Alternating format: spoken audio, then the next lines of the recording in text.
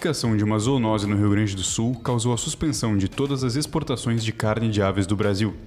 O Ministério da Agricultura confirmou um foco de doença de Newcastle, no município de Antagorda, na última quarta-feira, 17. A enfermidade afeta aves domésticas e silvestres, causando sinais respiratórios, frequentemente seguidos por manifestações nervosas, diarreia e edemas na cabeça dos animais. A gravidade da doença faz com que os casos confirmados dela no mundo tenham de ser notificados obrigatoriamente à Organização Mundial da Saúde. A Secretaria de Agricultura do Rio Grande do Sul afirmou que agiu rapidamente e isolou o aviário ainda antes da confirmação da presença da doença. Segundo a pasta, mais de 70 servidores estão envolvidos em ações de vigilância que devem percorrer cerca de 800 propriedades num raio de 10 quilômetros do primeiro foco. Além disso, a SEAP deve colocar barreiras de desinfecção e bloqueios em um raio de 3 km do aviário para evitar um possível carregamento do vírus. Para entender como essa contaminação ocorreu, como tem sido a atuação dos órgãos oficiais e quais podem ser os impactos futuros deste caso, o Direto ao Ponto de hoje conversa com o jornalista especializado em rural, Poti Silveira, que cobre os acontecimentos dessa notícia para o Correio do Povo. Eu sou Lucas Kesk, fique conosco.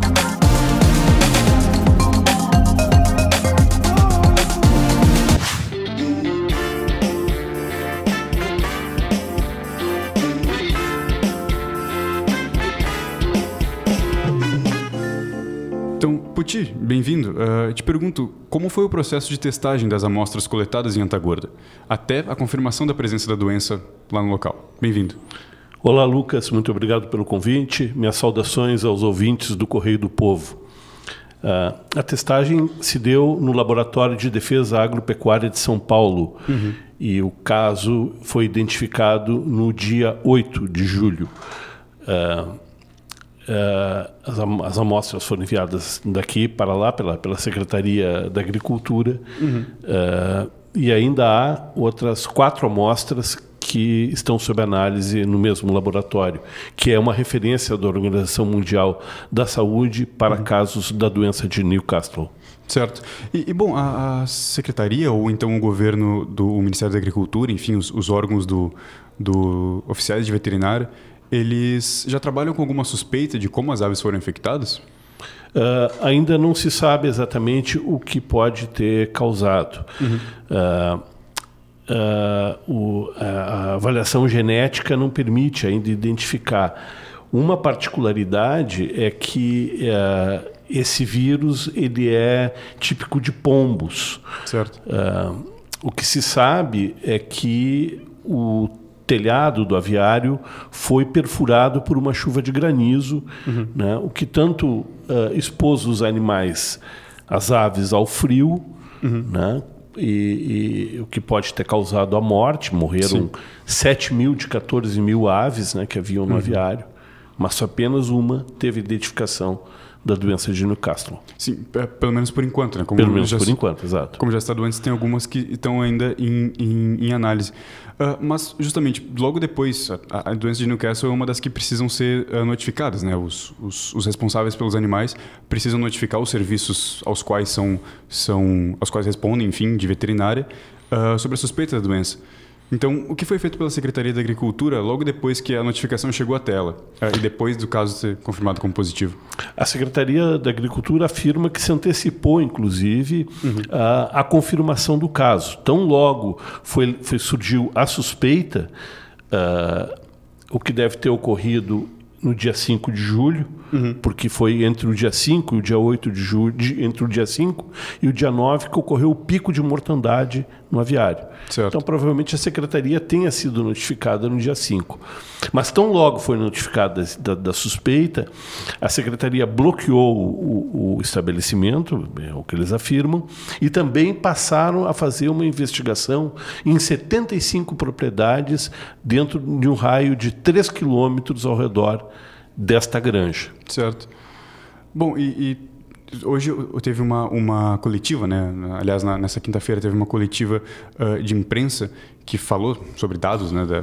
Deu essa resposta da Secretaria sobre o que foi feito por eles. Eles chegaram a comentar sobre risco de infecção humana desse vírus? Tanto a Secretaria da Agricultura quanto o Ministério da Agricultura e Pecuária descartam a possibilidade de alguma ameaça à saúde humana. Certo. Não há mesmo, então, enfim, de acordo com os órgãos oficiais, nenhum grande risco para esse momento, né? Nenhum grande risco. Inclusive, também eles dizem que os alimentos certificados pela vigilância sanitária podem ser consumidos sem qualquer temor. Uhum. Essa é a avaliação deles, né? É o que eles informam neste momento. Claro. Bom, e Poti, agora eu te pergunto sobre o futuro, né? O que deve acontecer nos próximos meses, por exemplo. Existe um tempo que já se tem certeza que essa planta, né? Esse aviário vai ter que ficar, essa granja, aliás, vai ter que ficar totalmente fechada até que...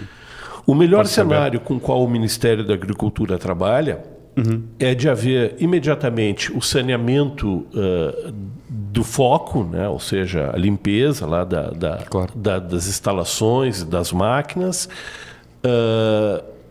e dentro de um prazo de 21 dias, não havendo nenhuma identificação de algum novo caso, a área pode ser declarada livre da doença. A área, ou melhor dizendo, os empreendimentos podem ser declarados livres da doença. Este é o melhor cenário.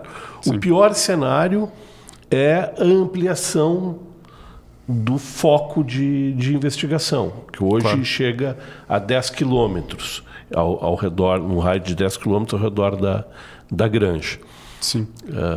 Essa ampliação, por exemplo, seria identificar uma outra amostra que foi retirada desse raio também testar positiva para essa doença. Exatamente. Tem as 4 amostras que ainda se encontram sob análise, 3 delas foram retiradas, foram colhidas num raio de 3 quilômetros da granja, e outras 3 num raio de mais de 10 quilômetros da granja. No total, a vigilância sanitária aqui do Estado deverá agora fazer inspeção em 886 propriedades rurais da região de Antagorda para verificar a possibilidade, né, de algum outro caso, de alguma suspeita, pelo menos. Né? Este aviário em que foi localizado, identificado o foco, é um aviário comercial de corte, mas a inspeção sanitária contemplará também as propriedades de subsistência. Claro.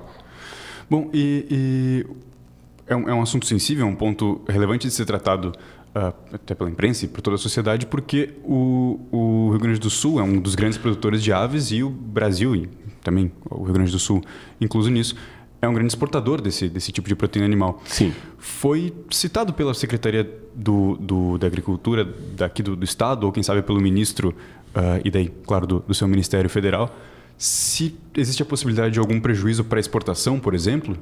Deverá haver, sim, prejuízo local, prejuízo principalmente para aquela região. Certo. Sim, haverá um prejuízo. O Brasil hoje já suspendeu a exportação de produtos aviários, de carne de frango e derivados por 21 dias. Devido a esse foco da doença? Devido a esse foco da doença. Mesmo suspendeu todas as exportações do país. Claro. É uma medida também de demonstrar boa prática, né, do país em relação aos seus clientes. O Brasil exporta para pelo menos 150 países.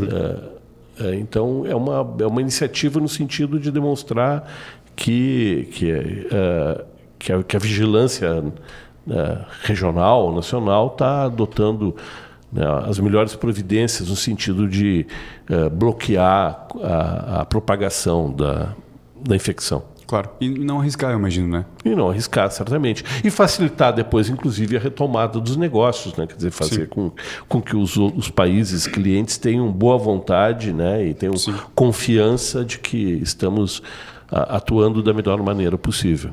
Claro. Poti, te agradeço muito pela nossa conversa, por tirar essas dúvidas aqui que a gente tinha em relação a esse assunto tão sensível e tão complexo assim. Muito obrigado. Te convido para uma próxima conversa para a gente tratar de mais assuntos como esse. Estamos sempre à disposição e agradeço novamente a oportunidade. Obrigado.